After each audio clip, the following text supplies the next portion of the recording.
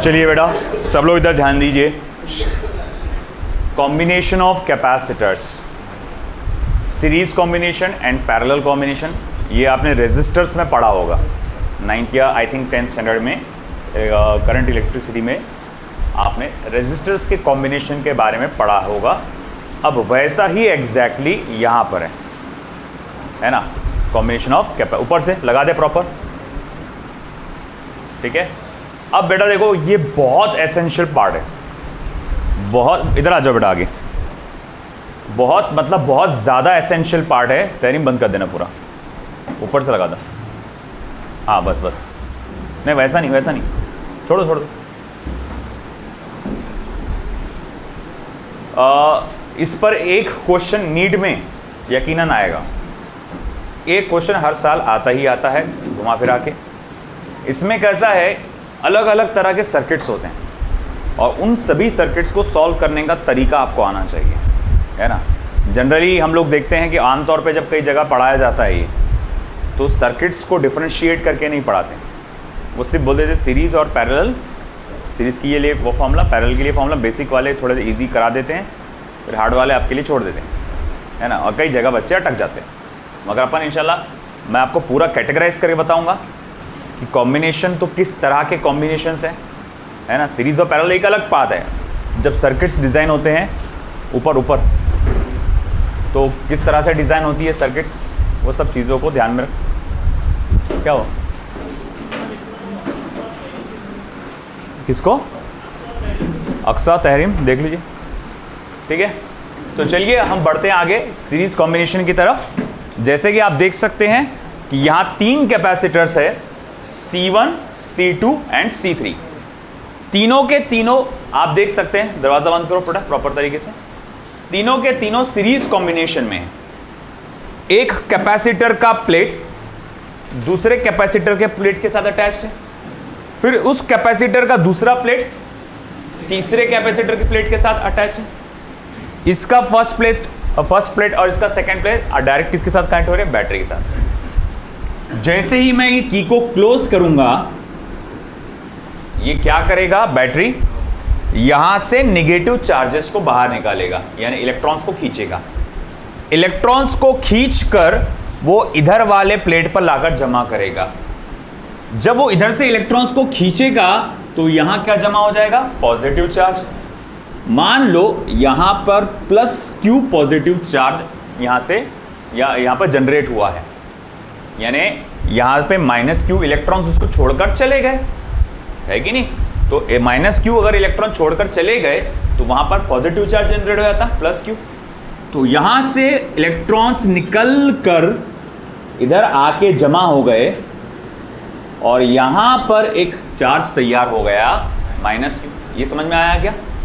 ये बैटरी ने क्या किया, ये बैटरी का कौन सा टर्मिनल है, बोलो बोलो कौन सा टर्मिनल है, पॉजिटिव टर्मिनल। पॉजिटिव टर्मिनल किसे अट्रैक्ट करता है, नेगेटिव चार्जेस को, इलेक्ट्रॉन्स को। ये मेटल है ना बेटा, मेटल के पास क्या होते हैं, फ्री इलेक्ट्रॉन्स। एक ऐसे इलेक्ट्रॉन्स जो आज़ाद है घूमने के लिए, इधर उधर घूम, जहां चाहे वहां घूम सकते हैं। अब वो क्या करेगा, इसके इलेक्ट्रॉन को खींचेगा, अट्रैक्ट करेगा, है ना। इलेक्ट्रॉन को खींचा खींचा खींचा, फिर बैटरी का ये क्या है, नेगेटिव टर्मिनल। जैसे ही इलेक्ट्रॉन यहां पर आए, नेगेटिव टर्मिनल फट से उसको उधर ढकेलेगा, फिर इधर जाके चला हो जाएगा, है ना। तो भैया अगर इसने 100 इलेक्ट्रॉन खींच के निकाला, 100 इलेक्ट्रॉन खींच के निकाला, तो यहां पर 100E पॉजिटिव चार्ज नहीं हो गया क्रिएट, और यहां 100E नेगेटिव चार्ज क्रिएट हो जाएगा। चलो मैं वो 100E के बजाय, इलेक्ट्रॉन के बजाय मैं +Q में बात कर रहा हूँ, -Q में बात कर रहा हूँ कि भैया इसने यहां से इलेक्ट्रॉन्स खींच के निकाला, इधर जाके जमा किया, यहां चार्ज कितना हुआ फिर +Q, तो इधर क्या हुआ माइनस। आई बात समझ में। अब ऐसा है, ठीक है, ये देखो ये हिस्सा इमेजिन करो। अब ये क्या है, अगेन मेटल प्लेट। ये क्या, अगेन मेटल प्लेट। ये किससे कनेक्टेड है, कंडक्टिंग वायर से कनेक्टेड है। किससे कनेक्टेड है, कंडक्टिंग वायर। वायर सादा सीधा कॉपर वायर। ये सब के सब काय से बने हुए हैं, मेटल से। अगेन इनके पास क्या है फिर, फ्री इलेक्ट्रॉन्स। यहां क्या बैठा हुआ है, +Q चार्जेस है ना। इनके पास मान लो फिलहाल शुरुआत में ये इलेक्ट्रिकली न्यूट्रल है। कौन सा पार्ट, ये और ये आपस में जुड़ा हुआ पार्ट, ये इलेक्ट्रिकली कैसा है, न्यूट्रल है। यानी जितने पॉजिटिव चार्ज उतने ही नेगेटिव चार्ज। ये क्या करेगा, ये प्लस क्यू क्या करेगा, इसके माइनस क्यू नेगेटिव चार्जेस को अपनी तरफ खींचेगा। माइनस क्यू, अरे भाई नेगेटिव चार्जेस को अट्रैक्ट करेगा ना, तो ये अगर प्लस क्यू है तो ये माइनस क्यू नेगेटिव चार्जेस को क्या करेगा, अपनी तरफ खींचेगा, और प्लस क्यू पॉजिटिव चार्जेस को दूर ढकेलेगा, है ना। तो भैया हम देखेंगे यहां माइनस क्यू चार्ज आ जाएगा और यहां प्लस क्यू चार्ज आ जाएगा, है ना। इधर क्या आ जाएगा, प्लस क्यू। अब बात को समझे कि ये इलेक्ट्रिकली न्यूट्रल था। मान लो ये भाई ये दो इलेक्ट्रोड्स हैं जो इस तरह से है, ये इलेक्ट्रिकली कैसे है, न्यूट्रल है। अब यहां से इसने क्या किया, इलेक्ट्रॉन्स को खींच के इधर निकाला, है ना। अगर 100 इलेक्ट्रॉन्स ने इधर अट्रैक्ट कर दिया तो जब 100 इलेक्ट्रॉन इधर की जगह छोड़ कर आएंगे तो यहाँ 100 क्या क्रिएट हो जाएगा, पॉजिटिव चार्ज नहीं क्रिएट हो जाएगा। तो वही हुआ, यहाँ पर plus Q positive charge create हो गया। वंस अगेन क्या हुआ, फिर ये प्लस क्यू चार्जेस ने क्या किए, देखो फिर से ये इमेजिन करो, ये मेटल प्लेट है और ये कनेक्टेड है with copper wire. Metal plate connected है विथ कॉपर वायर।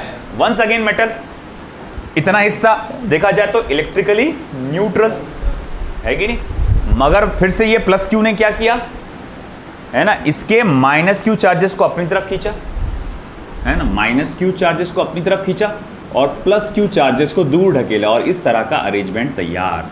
तो मैं कहूंगा अच्छा ठीक है, तो इस चार्ज पर, सॉरी इस कैपेसिटर पे टोटल चार्ज कितना है।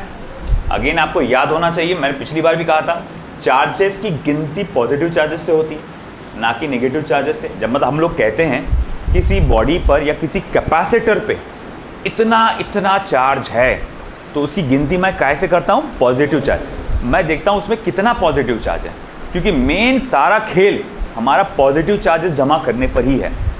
अब आपके दिमाग में आ रहा हूँ ऐसा क्यों, नेगेटिव चार्जेस को क्यों नहीं, है ना। हम लोग क्या करते हैं बेटा, जब मोबाइल को चार्ज करते हैं ना, आप लगाते हैं चार्जिंग पे, तो होता क्या है, हमारी बैटरी जो है उसमें से एक प्लेट में से इलेक्ट्रॉन खींच के निकालती है और इधर साइड में जमा करती है। इधर साइड में क्या करती है, इलेक्ट्रॉन्स को जमा करती है। जब इलेक्ट्रॉन्स को एक साइड से निकाल के दूसरे साइड पे जमा करेगी लगातार, तो हम जिस साइड से वो निकल रहा है वो साइड क्या हो जाएगा, पॉजिटिवली चार्ज, और जिस साइड पे जमा कर रहा है वो क्या हो जाएगा, नेगेटिवली चार्ज। अब ये जब चीज़ हम लोग कनेक्ट करते हैं हमारे मोबाइल फ़ोन में, बैटरी में जब हम कनेक्ट करते हैं, तो मोबाइल फ़ोन में कई सारे कनेक्टिंग वायर्स होते हैं, अलग अलग किस्म के सर्किट होते हैं। हमारा पॉजिटिव चार्ज प्लेट जो होता है ना, मैं एक सिंपली इंडिपेंडेंटली बताऊंगा कि ये जो पॉजिटिवली चार्ज प्लेट होता है, ये क्या करता है मालूम क्या बेटा आपको, ये जब जैसे ही आप अलग अलग डिवाइसेस से कनेक्ट करते हैं हमारे मोबाइल फ़ोन्स के, तो उसके इलेक्ट्रॉन्स को अपनी तरफ खींचता है। वो इलेक्ट्रॉन्स को क्या करता है, अपनी तरफ खींचता है वो। और जब वो इलेक्ट्रॉन्स को अपनी तरफ खींचता है तो वहाँ पर फ्लो ऑफ इलेक्ट्रॉन्स जनरेट हो जाता है, और flow of electron is called as electric current. और आपके उसमें जो है इलेक्ट्रिक करंट जनरेट होता है, और वो इलेक्ट्रिक करंट देता है energy, in the form of energies provide करता है। फिर वो साउंड के फॉर्म में, लाइट के फॉर्म में, वो सब चीज़ें अपने को दिखाई देती है ना। तो इन केस ये सारा खेल किस पर डिपेंड करता, ये प्लेट्स पर। देखो ना, ये जितना ज़्यादा पॉजिटिवली चार्ज होगा, तुमको नहीं लगता उतनी देर तक टिके रहेगा ये, है ना, उतनी देर तक टिका रहेगा। तो इसीलिए हमारा मेन मकसद होता है ज़्यादा से ज़्यादा पॉजिटिव चार्ज जनरेट करना, ये हमारा मेन पॉइंट है, ध्यान रखें, ठीक है। तो हमेशा याद रखना, चार्जेस की गिनती हमेशा पॉजिटिव चार्जेस से की जाती है, ना कि नेगेटिव चार्जेस से। तो मैं अगर कहूँगा ठीक है, यहाँ इस कैपेसिटर पे कितना चार्ज है, आप कहेंगे Q। इस कैपेसिटर पे कितना चार्ज है, Q। इस कैपेसिटर पे कितना चार्ज है, Q।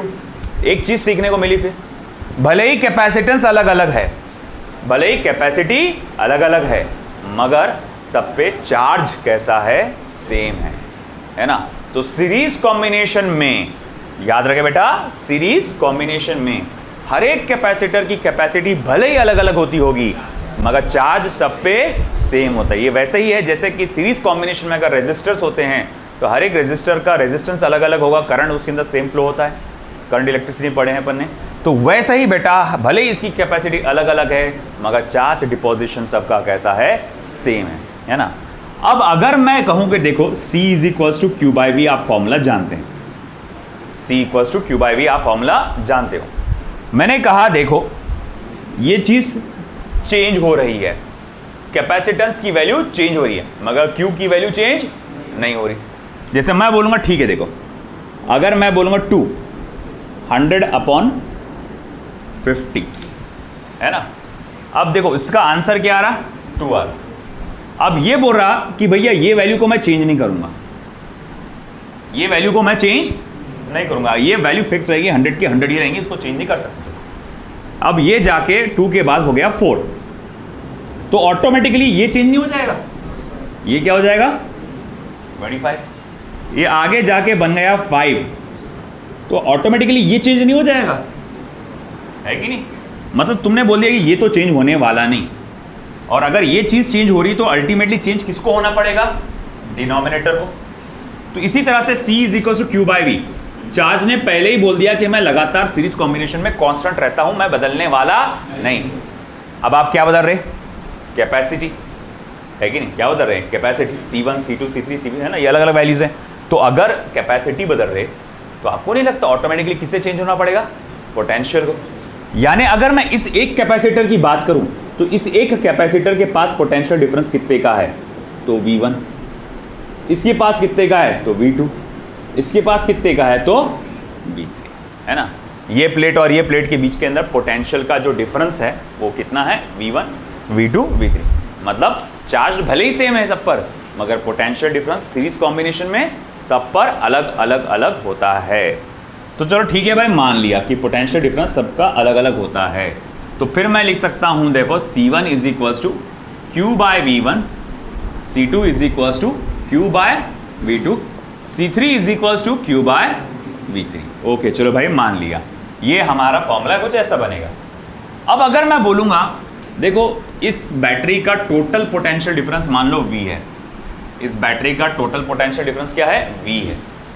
तो ये जो टोटल पोटेंशियल डिफरेंस होता है बैटरी का वो होता है V1 plus V2 plus V3। देखो पोटेंशियल डिफरेंस क्या है ना, बैटरी ने यहाँ पर से चार्जेस को एनर्जी दी, और जब चार्जेस लौट के आए थके हारे, उनकी एनर्जी हुई खत्म। अब जैसे ये पोटेंशियल डिफरेंस का मेन कॉन्सेप्ट आपको समझ में आएगा करंट इलेक्ट्रिसिटी चैप्टर में, है ना। जो करंट इलेक्ट्रिसिटी चैप्टर में EMF and potential difference of the cell करके एक टॉपिक है, उसमें बहुत ज़्यादा डिटेल में EMF क्या है, पोटेंशियल डिफरेंस क्या है, वो सारी चीज़ें है ना एक्सप्लेन होती है। अभी का फिलहाल थोड़ा लाइट में देखो कि पोटेंशियल डिफरेंस एक किस्म की एनर्जी है ना। मैं बोलूँगा ठीक है भाई, यहाँ से आपने एनर्जी दिए थे चार्जेस को कि भाई चलो यहाँ से दिए थे, मान लो इलेक्ट्रॉन इधर खींच के निकाले ना आपने, तो मान लो जो भी चार्जेस को एनर्जी दिए थे, कितनी एनर्जी दिए थे, मान लो 10 जूल की। ये कैपेसिटर ने कितनी एनर्जी खर्च कर दिया, मान लो 3 जूल। इसने कितनी खा गया, ये मान लो 3 जूल अगेन, और इसने कितनी खा लिया, मान लो 4 जूल, है ना। तो मैं बोलूँगा भैया जब ये बैटरी के पास वापस लौट के आए चार्जेस, टोटल एनर्जी में खर्च कितना हुआ था, 10 जूल। टोटल एनर्जी में खर्च कितना हुआ था, 10 जूल, जिसमें से इसमें कितने खाया, 3, इसने कितने खाया, 3, इसने कितना है, 4।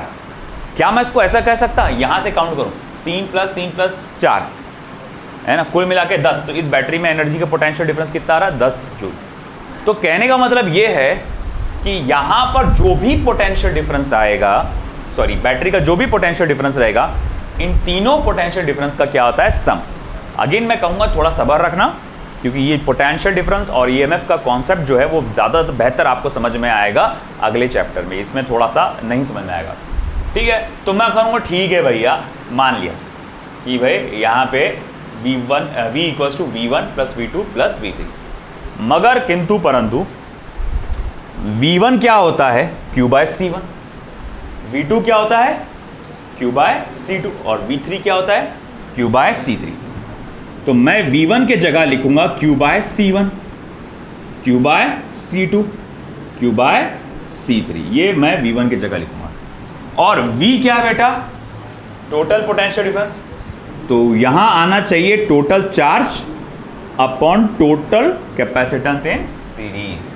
अब आप बोलेंगे टोटल चार्ज तो 3 क्यों आना चाहिए था, ये सिर्फ क्यों। देखो अब मुझे एक बात बताओ, मैं यहां 3 पानी के टैंकर्स है जो लगा रहा हूं लाइन से, ठीक है। अब ऐसा है कि मैं एक पानी की एक टैंकर में मैं पानी डालूंगा, और वो पानी ऑफ कोर्स आप जानते हैं कि तीनों टैंकर्स में वो इक्वली डिस्ट्रीब्यूट हो जाएगा।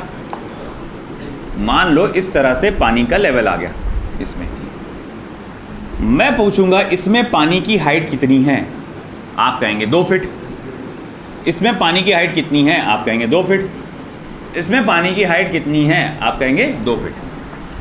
तीनों टैंकर्स में पानी की हाइट सेम है, 2 फीट 2 फीट एंड 2 फीट, है ना। अब मैं पूछूंगा तीनों टैंकर मिला के बताओ पानी की हाइट कितनी है, 6 फुट है। आप अगर एक एक को देखो तो हाइट क्या है, 2 फुट है। अरे इसको देखो, इसको देखो, इसको देखो, पानी की हाइट क्या है इसमें, 2 फुट ही है ना। मतलब मैं पूछूंगा भाई तीनों टैंकर्स में पानी की हाइट कितनी है, 2 ही फुट बोलेंगे, 6 फुट बोलेंगे क्या, 2 ही फुट बोलेंगे ना। आप भले एक इंडिविजुअली पकड़िए या अगर आप एक साथ भी देखो तो आप क्या बोलते हैं, 2 फुट ही बोलते हैं, है ना। तो भैया बात यही हो रही है यहाँ पर कि जैसा आप यहाँ पर जब सीरीज कॉम्बिनेशन में पानी होता है तो आप पानी का जब लेवल बताते हैं कि इसमें 2 इसमें 2 इसमें 2, तीनों में कितना लेवल है पानी का, 2 2 2, है ना। वैसे ही यहाँ पर पानी के जैसा चार्जेस का लेवल बता रहे हैं, इसमें plus Q plus Q plus Q, जैसे पानी भरा हुआ है इसमें चार्जेस भरे हुए हैं, plus Q plus Q plus Q, तीनों में कितना है तो बोले प्लस क्यू, है ना। तो टोटल अमाउंट भी क्या हो रहा है आपका, प्लस क्यू। एक बहुत इंपॉर्टेंट पॉइंट है ये, देखो सीरीज कॉम्बिनेशन में जो इंडिविजुअल कैपेसिटर्स पे चार्ज होता है वो टोटल चार्ज के बराबर होता है, टोटल में भी उतना ही होता है। वंस अगेन टोटल बोले तो हम एक एक का चार्ज नहीं देखते कि भाई तेरे पास कितना है, तेरे पास कितना है, तेरे पास कितना है, ओवरऑल ऐड कर डालो, नहीं, है ना। जैसे वहां पर पानी का एक लेवल देखा जाता है कि किस हद तक के ऊंचा तक गया है, तो हम यहाँ देखते हैं चार्ज किस हद तक के हुआ है, किस लेवल तक के हुआ है। खैर ठीक है, तो फिर ऐसा है तो total charge upon total capacity, total उठा लेते चलिए, total charge upon total capacity. अब यहां से चार्ज कॉमन निकालो और ये वाले चार्ज से कैंसिल कर डालो, तो 1/CS is equal to 1/C1 plus 1/C2 plus 1/C3। तो मतलब ये मेरे पास जो फॉर्मूला आ गया है series combination, when the capacitors are connected in series, तो भैया आपकी कैपेसिटी का फॉर्मूला क्या आएगा, 1/C1 plus 1/C2 plus 1/C3, और अगर मल्टीपल ज़्यादा रहे तो CN, है ना। अब यहाँ पर ध्यान देने के वाली बात क्या है, ये बिल्कुल उल्टा है रेजिस्टर से। जब रेजिस्टर सीरीज में होता है तो R1 plus R2 plus R3 करते हैं, है ना, मगर यहाँ पर 1/CS 1/C1 plus 1/C2 plus 1/C3, है ना। चलो ठीक है, ये तुम कर तो लिए, मगर मेन मुद्दा आया कि ये क्यों सीरीज में कनेक्ट करे, क्यों। सबसे पहला मेन सवाल ना, इतने तमाशे काय के लिए। तो ये जो सीरीज में आप कनेक्ट करते हैं उसके पीछे एक बहुत इंपॉर्टेंट रीजन है, कैपेसिटेंस की वैल्यू डिक्रीज करने के लिए। मतलब कैसा, देखो मैं अपने हिसाब से बताता हूँ। जब मैं अपने प्रोजेक्ट में फायर अलार्म बना रहा था, फायर अलार्म मैं बना रहा था, तो जब मेरे प्रोजेक्ट में मैं फायर अलार्म बना रहा था ग्रेजुएशन में, तो उसमें मुझे 1 माइक्रोफैरेड कैपेसिटर की ज़रूरत थी, 1 माइक्रोफैरेड कैपेसिटर की। अब हमारे लैब में जो भी असिस्टेंट रहते, लैब असिस्टेंट, उन्होंने लाया पूरा बॉक्स दे दिए, देखो ढूंढो उसके अंदर, उसमें बहुत सारे 2 माइक्रोफैरेड के कैपेसिटर, 4 माइक्रोफैरेड के कैपेसिटर, बहुत सारे अलग अलग वैल्यूज़ के थे। 1 माइक्रोफैरेड का एक था ही नहीं। मैं गया सर के पास, सर को बोला कि सर वो 1 माइक्रोफैरेड कैपेसिटर है ही नहीं। तो बोले अब क्या करते, फिर बोले सर लाना पड़ेगा, मतलब ये तो अमरावती में मिलता था उस टाइम, यहाँ पे जल्दी मिलते नहीं थे, अमरावती में या फिर कुछ जगह वैसे मिलते थे। बोला लाना पड़ेगा। तो बोले कैसे लेगा, इतनी दूर जाएगा, लेके आएगा। बोले यार कुछ देख, कुछ जुगाड़ जमता हूँगा। तो उन्होंने सर कहा जुगाड़ जमेगा। मैंने बोला 1 माइक्रोफैरेड कैपेसिटर लगता है, उसके लिए सर्किट डायग्राम में तो उतना ही है। अब सर ने दिए एक टपली, अब एक दे 2 माइक्रोफैरेड के 2 कैपेसिटर ले, उसको सीरीज में लगा दे, है ना। 2 माइक्रोफैरेड के कैपेसिटर तो ले सीरीज में लगा दे, वो मिलकर बन जाएंगे 1 माइक्रोफैरेड कैपेसिटर, है कि नहीं। देखो नहीं तो खुद ही मान लो C1 की वैल्यू 2 माइक्रोफैरेड, C2 की वैल्यू भी 2 माइक्रोफैरेड, तो 1/CS 1/C1 plus 1/C2, 1/C8 1/2 plus 1/2, यानी कि 1/1, है ना। तो CS इज इक्वल्स टू क्या हो जा रहा है, 1 माइक्रोफैरेड। मतलब क्या हुआ, सीरीज कॉम्बिनेशन से फायदा क्या होता, जो वैल्यू होती वो रेड्यूस होती है ना, जो टोटल वैल्यू क्या होती है, रेड्यूस होती है। तो ये याद रखना, ये टोटल कैपेसिटेंस को रिड्यूस करने के लिए किया जाता है। मान लो कहीं गलती से या फिर कहा जाएगा कि कैपेसिटी ज़्यादा हो गई, हमको नहीं चाहिए उतनी, तो हम लोग क्या करते हैं, सीरीज कॉम्बिनेशन में एक और कैपेसिटर लगा के उसकी कैपेसिटी को थोड़ा सा रिड्यूस करते हैं, ठीक है। अब अगर मान लो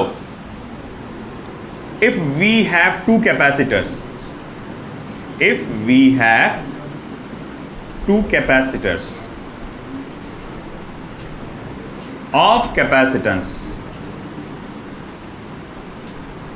C1 and C2 connected in series, मान लो हमारे पास दो कैपेसिटर्स है C1 and C2 connected in series, then मैं लिखूंगा 1/CS is equals to 1/C1 plus 1/C2। फिर आप इसे क्रॉस मल्टीप्लाई करो, C2 plus C1 upon C1 into C2, तो जिसको मैं यहां ऐसा लिख सकता हूं, therefore CS is equals to C1 into C2 upon C1 plus C2। ये फॉर्मूला याद रखिएगा, मैं कई बार इस्तेमाल करूंगा। मैं अगर दो कैपेसिटर सीरीज कॉम्बिनेशन में रहे तो मैं नेट कैपेसिटेंस निकालने के लिए ये फॉर्मूले का इस्तेमाल करूंगा, C1 C2 upon C1 plus C2। ये इंपॉर्टेंट है, याद रखिएगा, ठीक है। अब ऐसा है बेटा, आगे मान लो आपके पास कुल मिला के n कैपेसिटर्स है। आपके पास कितने कैपेसिटर्स है? n, और सभी की वैल्यू सेम है। If we have n capacitors all of same value C, मेरे पास कुल मिला के n कैपेसिटर्स है और सभी की वैल्यू सेम है, दैट इज C। तो अब हमारा फॉर्मूला कैसा लिखा जाएगा? 1/CS is equal to 1/C plus 1/C plus dot dot dot dot plus 1/C। अच्छा, ये कितनी बार आया होगा टर्म? n टाइम्स, ये फर्स्ट टाइम, सेकेंड टाइम और ये n टाइम्स, है ना। तो क्या मैं इसको ऐसा लिख सकता हूं, 1/CS is equal to n multiply by 1/C। तो क्या मैं इसको ऐसा लिख सकता, CS is equal to C/n, है ना। अब कहने का मतलब ये हुआ, अगर मेरे पास 20 माइक्रोफैरेड के दो कैपेसिटर्स हैं जो सीरीज कॉम्बिनेशन में कनेक्टेड है ना, जो सीरीज कॉम्बिनेशन में कनेक्टेड है, तो अब CS की वैल्यू क्या आएगी? 20/2। अरे इधर ध्यान दो, कितने के वैल्यू के कैपेसिटर है? 20 माइक्रोफैरेड के। कितने हैं? दो। तो 20 microfarad value divided by number of capacitors 2, तो 20 माइक्रोफैरेड डिवाइडेड बाय 2 यानी कि 10 माइक्रोफैरेड। मिसाल के तौर पे मेरे पास 9 माइक्रोफैरेड के 3 कैपेसिटर्स हैं, 9 माइक्रोफैरेड के 3 कैपेसिटर्स कनेक्टेड इन सीरीज, है ना। तो भाई बताओ टोटल वैल्यू क्या हो जाएगी? टोटल कैपेसिटी कितनी है? 9 माइक्रोफैरेड। एक एक कैपेसिटर की कैपेसिटी कितनी है? 9 माइक्रोफैरेड। ऐसे कितने कैपेसिटर है? 3। तो 9 माइक्रोफैरेड डिवाइडेड बाय 3 यानी कि 3 माइक्रोफैरेड। मिसाल के तौर पे मेरे पास, इधर ध्यान दो, है ना, मेरे पास मिसाल के तौर पे 10 कैपेसिटर है। हर एक कैपेसिटर की वैल्यू है 100 माइक्रोफैरेड। हर एक कैपेसिटर की वैल्यू क्या है? 100 माइक्रोफैरेड। 100 100 100 100 ऐसे कितने हैं? 10। तो टोटल कैपेसिटी क्या हो जाएंगी फिर? 100 माइक्रोफैरेड डिवाइडेड बाय 10 यानी कितना हो जाएगा? 10 माइक्रोफैरेड। आई बात समझ में? ये वाला कॉन्सेप्ट भी मैं कई बार यूज करूंगा कैलकुलेशन करते वक्त, तो इसलिए ध्यान में रखिए, ठीक है। फिर उसके बाद if we have n plates connected in series as shown in figure, मान लो बेटा आपके पास कुल मिला के n प्लेट्स है। ये पहली प्लेट, ये दूसरी प्लेट, ये तीसरी, ये चौथी, ये पांचवी, दर दर दर दर करके ऐसा, और आखिरी ये है nth प्लेट। सब लोग बेटा ध्यान दो, इधर ध्यान दो, सब लोग इधर इधर बातों में इन्वॉल्व मत रहिए। कितने प्लेट्स हैं आपके पास? n प्लेट्स है ना, n प्लेट्स। अब अगर मान लो कि ये पॉजिटिवली चार्ज है और ये वाला नेगेटिवली चार्ज, मतलब ये प्लेट पॉजिटिव, ये प्लेट नेगेटिव। ये प्लेट तो वैसे क्या है? न्यूट्रल है, मगर ये देखो इसका क्या होगा? ये पॉजिटिव चार्ज इधर आ जाएगा और इसका नेगेटिव चार्ज इधर आ जाएगा। फिर ये प्लेट का पॉजिटिव चार्ज इधर आ जाएगा और नेगेटिव चार्ज इधर आ जाएगा। फिर ये प्लेट का पॉजिटिव चार्ज इधर आ जाएगा और नेगेटिव चार्ज इधर आ जाएगा। वंस अगेन पॉजिटिव चार्ज इधर आ गया और नेगेटिव चार्ज इधर आ गया, और इसका भी नेगेटिव चार्ज इधर आ गया ना। यहाँ पर एक और कोई पॉजिटिव चार्ज होगा इस तरह से। तो हम लोग ने क्या देखा बेटा इस तरह से कि ये कई सारी प्लेट्स इस तरह से अरेंज हैं। अगर आपने नोटिस किया होगा सीरीज कॉम्बिनेशन में क्या होता है, एक प्लेट का नेगेटिव चार्ज दूसरी प्लेट के पॉजिटिव चार्ज से कंबाइन होता है। जैसे ये कैपेसिटर इमेजिन करो, यहाँ पर ये कैपेसिटर, ये कैपेसिटर, ये कैपेसिटर। तो ये एक प्लेट का पॉजिटिव चार्ज है, ये प्लेट का नेगेटिव चार्ज है। फिर ये कैपेसिटर की पॉजिटिवली चार्ज प्लेट ये दूसरे प्लेट की निगेटिवली चार्ज प्लेट से कनेक्टेड है। फिर एक प्लेट की अगेन पॉजिटिवली चार्ज प्लेट दूसरी प्लेट के निगेटिवली चार्ज प्लेट से कनेक्टेड है। तो कहने का मतलब ये हुआ, जब भी एक कैपेसिटर की पॉजिटिवली चार्ज प्लेट दूसरे प्लेट के निगेटिवली चार्ज प्लेट से कनेक्टेड होती है, तो इस तरह के अरेंजमेंट को सीरीज बोलते हैं अपन। तो देखो ये मैं कह सकता हूँ कि ये बहुत सारे कैपेसिटर्स है असल में जो कि सीरीज कॉम्बिनेशन में है। अच्छा ठीक है, एन प्लेट्स मिलकर कितने कैपेसिटर्स बनाएंगे बताओ तो जरा। एन प्लेट्स मिलकर कितने कैपेसिटर बनाएंगे? हाँ, एन प्लेट्स मिलकर, जैसा चलो ठीक है तुमको अंदाजा देता हूँ, कितने प्लेट्स है? 3। कितने कैपेसिटर बने यहाँ पर? 2, एक ये वाला और एक ये वाला। कैपेसिटर में क्या होता है, 2 प्लेट्स होते हैं, एक पॉजिटिवली चार्ज प्लेट होती है, एक निगेटिवली चार्ज प्लेट होती है। तो देखो ये एक पॉजिटिवली चार्ज प्लेट, ये एक निगेटिवली चार्ज प्लेट, इसका ये हिस्सा पॉजिटिव, इसका ये हिस्सा निगेटिव और इसका ये हिस्सा पॉजिटिव। तो ये बिहेव करेगा एज एन इंडिविजुअल कैपेसिटर, ये बिहेव करेगा एज एन इंडिविजुअल कैपेसिटर जो आपस में कनेक्टेड है। बात समझ रहे हो बेटा आप? ये बिहेव कर रहा है एक इकलौते कैपेसिटर की तरह, ये बिहेव कर रहा है इकलौते कैपेसिटर की तरह जो आपस में इस तरह से कनेक्टेड हैं। और मैं आपसे पूछ रहा हूं कि ये आपके कितने प्लेट्स थे? 3 प्लेट्स मिलकर कितने कैपेसिटर बने? 2, जिसमें से एक प्लेट कॉमन की तरह खेल रही है, वो बोलती कि मैं इधर के कैपेसिटर की भी हूं और इधर के कैपेसिटर की भी हूं। समझ में आया ना? तो भैया 3 प्लेट्स है, इसमें से एक प्लेट क्या है? कॉमन है, वो इस कैपेसिटर के साथ भी है और इस कैपेसिटर के साथ। इस कैपेसिटर के लिए वो निगेटिव है और इस कैपेसिटर के लिए वो पॉजिटिव है। ठीक है ना? तो ये इस तरह से अगर 3 प्लेट्स मिलकर 2 कैपेसिटर बनते हैं, 4 प्लेट्स मिलकर 3 कैपेसिटर बनते हैं, तो भाई n प्लेट्स मिलकर कितने कैपेसिटर बने? n-1। तो अगर इस तरह से n प्लेट्स लगातार कनेक्टेड रहे तो वो n-1 कैपेसिटर बनेंगे। तो इसीलिए capacitance will be how much? C/n-1, जिसमें से C जो है capacitance is C is capacity of 1 capacitor. C जो है कैपेसिटी होगा 1 कैपेसिटर की। आई क्या बात समझ में? तो ये हुआ हमारा सीरीज कॉम्बिनेशन का लेखा जोखा, पूरा का पूरा डेरिवेशन आ गया। बोर्ड एग्जामिनेशन के पॉइंट ऑफ व्यू से बहुत ज़्यादा इंपॉर्टेंट है ये सीरीज और पैरेलल कॉम्बिनेशन, है ना। खास तौर से सीरीज वाला बहुत ज़्यादा इंपॉर्टेंट है ना। आपके इसके आने के बहुत ज़्यादा चांसेस होते हैं।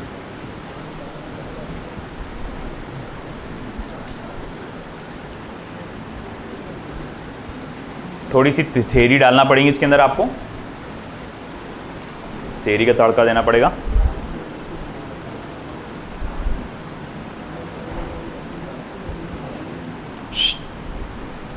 सैटरडे तक के चैप्टर कंप्लीट करना है।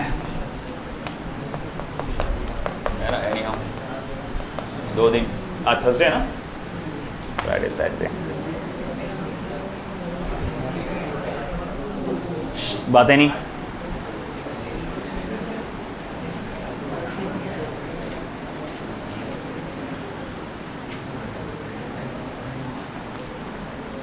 लेफ्ट साइड का हो गया सभी का लिखना। अब चलते हैं आगे पैरेलल कॉम्बिनेशन पे।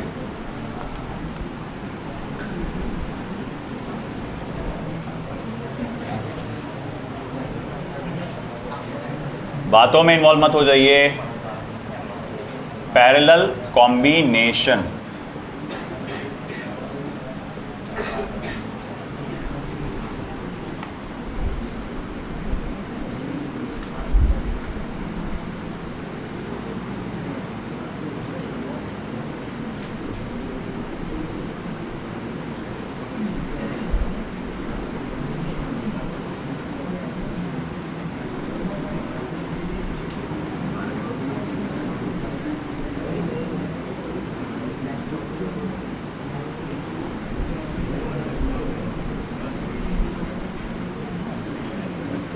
कैपेसिटर का जो सिंबल होता है जनरली इस तरह से पैरेलल प्लेट कैपेसिटर का सिंबल होता है। कभी कुछ कुछ उसमें ऐसा होता है तो किसी किसी केस में वो ऐसा भी होता है। कुछ किताबों में आपको वो कैपेसिटर ऐसा नज़र आएगा, कुछ कुछ उसमें आपका कैपेसिटर इस तरह से भी होते हैं, जैसे बैटरी का सिंबल होता है ना, इस तरह से भी होता है। वैसे भी कैपेसिटर को वर्चुअल बैटरी कहा जाता है, तो इस तरह से भी होता है। मगर उसको मेन आप उसकी यूनिट से पहचानो कि अगर वहाँ पर C1, C2, C3 लिखा हुआ है और वैल्यूज़ माइक्रोफैरेड में दी गई है तो वो असल में कैपेसिटर की बात कर रहा है। चलिए, तो मेरे पास 3 कैपेसिटर्स है जो इस बार पैरेलल कॉम्बिनेशन में है। ध्यान दीजिए इधर बेटा, ये मान लो कैपेसिटी C1, C2, C3, ये बैटरी का पोटेंशियल V। गौर से देखिए, अब अगर मैं कहूँगा है ना, यहाँ पर C1, C2, C3 parallel combination में है। पैरेलल कॉम्बिनेशन का एक बेसिक रूल है, कोई भी चीज़ पैरेलल में लगाओ, कोई भी चीज़ पैरेलल में लगाओ, उसका बेसिक रूल ये कहता है जो भी चीज़ पैरेलल कॉम्बिनेशन में होगी उसके अक्रॉस जो पोटेंशियल डिफरेंस होगा वो बैटरी के पोटेंशियल डिफरेंस के बराबर होगा। ये बेसिक रूल है किसी भी इलेक्ट्रॉनिक सर्किट का। बात कैसी है, पैरेलल में ये ऐसा क्यों है? मतलब मैं क्या कर रहा हूँ, ये बैटरी है कि नहीं, अब वो क्या कर रही है कि ये कैपेसिटी, मतलब ये इतना चार्ज स्टोर कर सकती है, ये इतनी चार्ज स्टोर कर सकती है, इतना चार्ज स्टोर कर सकती है। बैटरी क्या करेगी, ये इलेक्ट्रिक फील्ड देती है, या मान लो इनके इलेक्ट्रॉन्स को अपनी तरफ खींचेगी, है ना। इसमें कितने इलेक्ट्रॉन्स जमा है उससे लेने देना उसका कुछ भी नहीं है बैटरी का, कि कितने इलेक्ट्रॉन्स जमा है उससे कुछ लेना देना नहीं है। जब वो इलेक्ट्रॉन्स को खींचेगी तो खींचने के लिए जो ताकत लगाएगी, एनर्जी लगाएगी, यहां पर यहां पर यहां पर, वो कैसे लगाएगी, सेम लेवल की वो ताकत, सेम लेवल की एनर्जी लगाती है। उसी एनर्जी को हम लोग कहते हैं पोटेंशियल डिफरेंस। तो मैं कहूंगा एक बात याद रखिएगा कि पैरेलल कॉम्बिनेशन में क्या सेम रहता है, पोटेंशियल डिफरेंस। तो मतलब इस बैटरी का पोटेंशियल डिफरेंस क्या होगा, V। इसका क्या होगा, V। इसका क्या होगा, V ही रहेगा। इस बैटरी का पोटेंशियल डिफरेंस V ही रहेगा। अच्छा ठीक है, फिर से मैं आता हूं, C = Q/V। पोटेंशियल डिफरेंस ने इस बार बोल दिया, इस बार मैं चेंज नहीं होने वाला, पिछली बार मैं चेंज हो गया था, है ना। पैरेलल कॉम्बिनेशन में बोल दिया कि इस बार मैं चेंज होने वाला नहीं। तो बोले अब क्या, अब अगर आप कैपेसिटी की वैल्यू चेंज कर रहे हैं तो ऑटोमेटिकली किसे चेंज होना पड़ेगा, इस बार चार्ज को चेंज होना पड़ेगा। ये V बोल दिया ना कि इस बार मैं फिक्स रहने वाला हूं, इस बार मेरी बारी है। तो भैया अब यहां पर बात ऐसी है कि यहां पर चार्जेस की वैल्यूज बदल जाती हैं। यहां आ जाएगा +Q1 -Q1, +Q1 -Q1, +Q1 -Q1। तो इस तरह से चार्जेस निकल के इधर आ जाते हैं और यहां पर अलग अलग चार्जेस जमा हो जाते हैं। अब आप बोलेंगे ठीक है भाई, चलो मैं पहले वाले कैपेसिटेंस की कैपेसिटी की वैल्यू लिखूंगा तो C1 = Q1/V, दूसरे वाले की लिखूंगा तो C2 = Q2/V, और तीसरे वाले की लिखूंगा तो C3 = Q3/V, है ना। अब इधर ध्यान दीजिए बेटा, तो अब अगर मैं बोलूँगा टोटल चार्ज क्या हो जाएगा, तो क्योंकि इस बार चार्जेस अलग अलग है तो Q1 + Q2 + Q3। सर इस बार आप वो नहीं करेंगे कि बैलेंस जिस पर बताए थे, तो नहीं इस बार नहीं होगा। कैसे, देखो इमेजिन करो, वंस अगेन, एक के ऊपर एक 3 पानी की टाकी रखी गई है ना, एक के ऊपर एक 3 पानी की टाकी रखी हुई है जिसमें छेद है ना, और मैं क्या कर रहा हूँ, इसमें पानी भर रहा हूँ। अब ज़ाहिर बात है कि ये पानी पूरा इस तरह से दोनों में आ जाएगा। यहाँ पर पानी कितना भरा गया, 2 फीट। यहाँ पानी कितना गया, 2 फीट। यहाँ पानी कितना भरा गया, 1 फीट। अब मैं बोलूँगा इसमें कितना है, 2, इसमें कितना है, 2, इसमें कितना है, 1। ओवरऑल पानी की हाइट क्या है, इस बार बोलेंगे कि एवरेज निकालो करके। आप तो प्रॉपर जो हाइट है वो बोल रहे हैं ना। तो ये टाकियाँ अब पैरेलल कॉम्बिनेशन में आ गई, है ना। तो बिल्कुल ऐसे ही यहाँ पर जब हम लेवल बोलते हैं, इस पे चार्ज का लेवल कितना है, Q1, Q2, Q3, overall level कितना है, तो Q1 plus Q2 plus Q3, तो टोटल चार्ज इस बार आएगा Q1 plus Q2 plus Q3। अब ऐसा है कि total charge Q is equal to total capacity into total potential difference. Total capacity Q is equal to CV, तो total capacity into total potential difference. और Q1 क्या हो जाएगा बेटा C1 इंटू वी, Q2 क्या हो जाएगा C2 इंटू वी, Q3 क्या हो जाएगा बेटा C3 इंटू वी। अब आप बोलें सर यहाँ V3 ऐसा कुछ नहीं किया गया, बेटा मैंने अभी बोला ना कि यहाँ जो पोटेंशियल डिफरेंस है किसके बराबर है, बैटरी के पोटेंशियल डिफरेंस के बराबर है। तो भैया इसीलिए यहाँ पर V। अब V यहाँ से कॉमन निकलेगा और ये वाले V से कैंसिल हो जाएगा, तो फिर मैं बोलूँगा देखो CP is equals to C1 plus C2 plus C3। मतलब यहाँ पर समझ में आया, अगर तीन कैपेसिटर्स पैरेलल कॉम्बिनेशन में हैं तो आप उनकी कैपेसिटी को क्या करेंगे, ऐड करेंगे। अब अगर मैं कहूँगा कि ये पैरेलल कॉम्बिनेशन में क्यों कनेक्ट किया जाता है, in order to increase the value, बढ़ाने के लिए। मैंने कहा कि भैया मुझे प्रोजेक्ट में 2 माइक्रोफैरेड कैपेसिटर की ज़रूरत है। प्रोजेक्ट में कितने कैपेसिटर की ज़रूरत है, 2 माइक्रोफैरेड। मेरे पास क्या क्या है, 1 माइक्रोफैरेड के 2 कैपेसिटर है, तो आप क्या करो, उनको पैरेलल कॉम्बिनेशन में लगा दो, ऑटोमेटिकली वैल्यू क्या हो जाएगी, 2 माइक्रोफैरेड की, है ना, इस तरह से। तो भाई अब अगर हम लोग कहेंगे कि इफ़ वी हैव 2 कैपेसिटर्स, इसकी ज़रूरत नहीं है ये वाले पॉइंट की, इसमें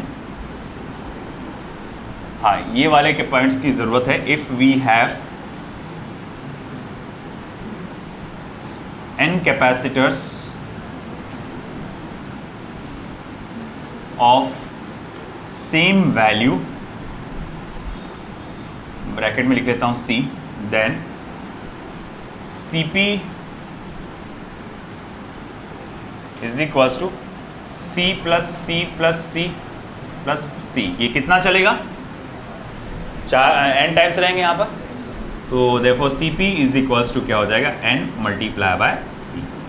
तो अगर मेरे पास n कैपेसिटर्स है सेम वैल्यू के जो कि पैरेलल कॉम्बिनेशन में कनेक्टेड है, तो नेट कैपेसिटेंस जो हो जाएगा it will be n times of C।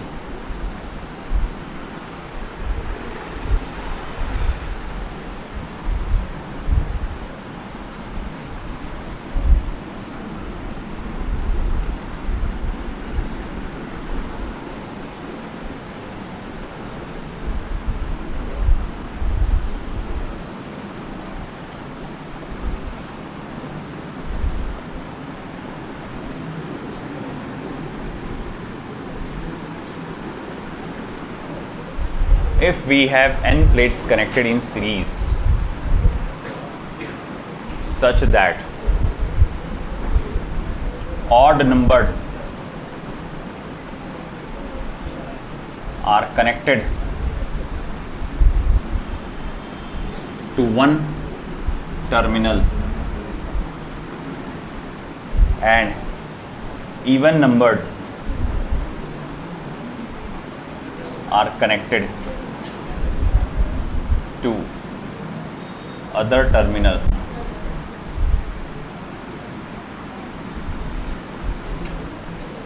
as shown below। ये जो चीज़ बता रहा हूँ तो ये तो शायद ही आया तुम्हारे को, ये मतलब ये जो चीज़ बताया ना मैं, n प्लेट्स रहेंगे ऐसा रहेगा, तो वो तो शायद ही आया तुम्हारे को, बट फिर भी वो ले रहा हूँ बस मैं। मान लो आपके पास n प्लेट्स है, इस बार फिर से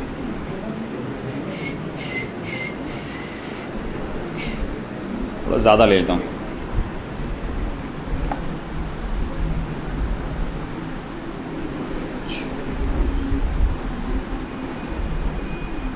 देखो बेटा इधर आपके पास n प्लेट्स है, n प्लेट्स है, प्लेट्स।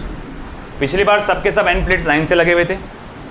इससे पहले वाली प्लेट को तुमने positive terminal of the battery से कनेक्ट किए थे और आखिरी वाली प्लेट को तुमने negative terminal of the battery से कनेक्ट किए थे, और आपने कहा था n प्लेट्स मिलकर बिहेव करेंगे एज n-1 कैपेसिटर्स। अब यहाँ इस तरह से n प्लेट्स अरेंज्ड है, number 1 plate, number 2 plate, number 3 plate, number 4 plate, number 5 plate, number 6 plate, और ये nth प्लेट मेरे पास है।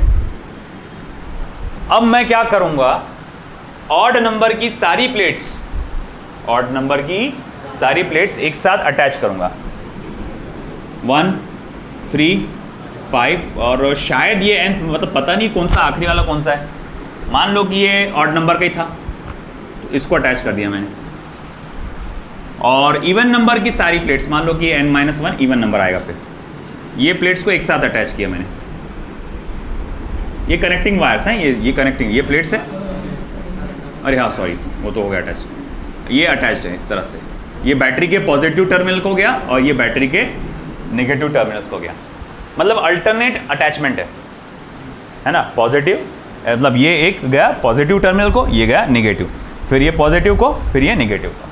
तो ये माना जाएगा कि यहाँ पर n प्लेट्स ने मिलकर n-1 कैपेसिटर्स बना लिए हैं। n प्लेट्स ने मिलकर कितने कैपेसिटर्स बनाए? n-1, जो कि पैरेलल कॉम्बिनेशन में है। तो इसीलिए C net is equals to क्या हो जाएगा? n-1 multiply by C। इसमें C बोले तो एक कैपेसिटर की कैपेसिटी है ना, एक कैपेसिटर की कैपेसिटी। अब आपको कैसे मालूम कि पैरेलल कॉम्बिनेशन में? आप देखो मेथड, यहाँ देखो पैरेलल कॉम्बिनेशन सीरीज में क्या था, एक कैपेसिटर का पॉजिटिव प्लेट दूसरी कैपेसिटर के नेगेटिव प्लेट से अटैच था। सीरीज कॉम्बिनेशन में एक कैपेसिटर का पॉजिटिव प्लेट दूसरी कैपेसिटर की नेगेटिव प्लेट से अटैच था। और यहां पैरेलल में क्या हो रहा है देखो गौर से, एक कैपेसिटर का पॉजिटिव प्लेट दूसरे कैपेसिटर की पॉजिटिव प्लेट से अटैच है, फिर पॉजिटिव से नेगेटिव, फिर नेगेटिव से, फिर नेगेटिव से। अब देखो यहां पर बेटा है ना, अगर मैं कहूंगा कि ये पॉजिटिव है तो ये वाला क्या हो जाएगा? पॉजिटिव हो जाएगा। ये भी क्या हो जाएगा? पॉजिटिव हो जाएगा। ये भी क्या हो जाएगा? पॉजिटिव हो जाएगा। ये भी क्या हो जाएगा? पॉजिटिव हो जाएगा, है ना। और अगर ये निगेटिव है तो ये भी क्या हो जाएगा? नेगेटिव। ये भी क्या हो जाएगा? नेगेटिव। ये भी क्या हो जाएगा? नेगेटिव। और ये भी क्या हो जाएगा? नेगेटिव। देखो मैंने जैसे कहा कि ये एक कैपेसिटर है, ये एक कैपेसिटर है, ये एक कैपेसिटर है, ये कैपेसिटर, ये कैपेसिटर, ये कैपेसिटर। आप खुद देखो, ये कैपेसिटर का पॉजिटिव और ये कैपेसिटर का पॉजिटिव आपस में अटैच्ड है। ये कैपेसिटर का निगेटिव और ये कैपेसिटर का निगेटिव एक ही उसमें आ गए। ये कैपेसिटर का देखो पॉजिटिव और ये कैपेसिटर का बाजू वाले कैपेसिटर का पॉजिटिव एक साथ अटैच्ड है। ये कैपेसिटर का निगेटिव और ये कैपेसिटर का निगेटिव एक साथ अटैच्ड है। तो मतलब ये और ये पैरेलल है, ये और ये पैरेलल है, ये और ये पैरेलल है, ये और ये पैरेलल है, मतलब सब आपस में कैसे हैं? पैरेलल कॉम्बिनेशन में। तो इसीलिए आपका C net is equals to n-1 into C। आई बात समझ में? लिखो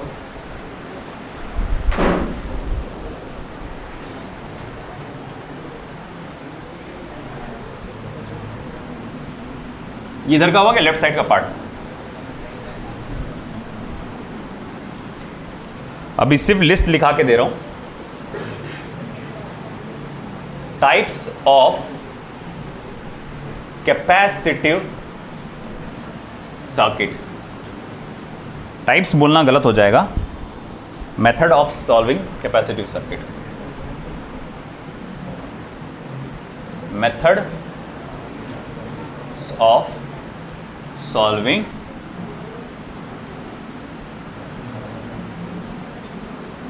कैपेसिटिव सर्किट। ऐसा पिछले साल की लिस्ट है क्या लिखी हुई?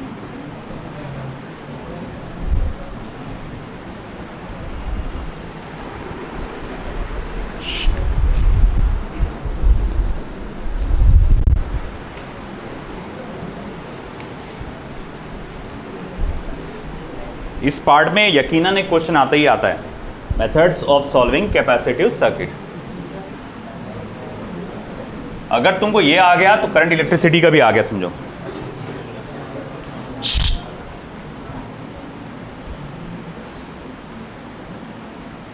Simple circuits evaluation. Simple circuit evaluation में आपको साफ समझ में आ जाता है कि ये सीरीज में है और ये पैरेलल में, और आप बड़ी आसानी से उसे कैलकुलेट कर सकते हैं। मगर आगे जाके जैसे जैसे आप आगे जाते हैं थोड़े प्रॉब्लम बढ़ती जाती है ना। Circuit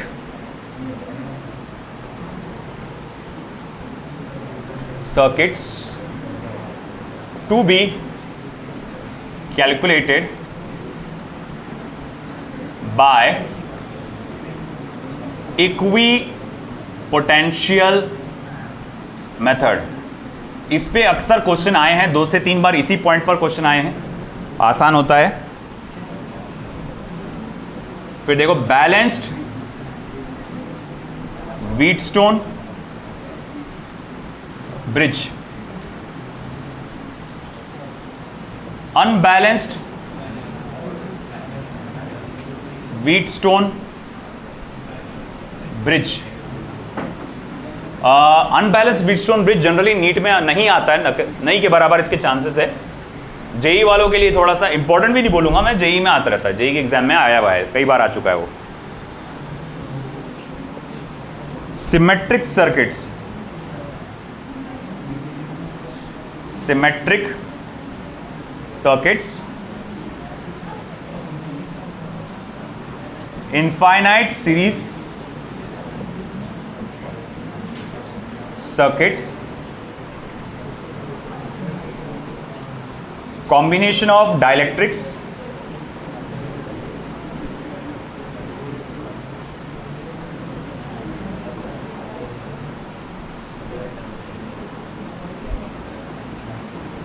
combination of plates,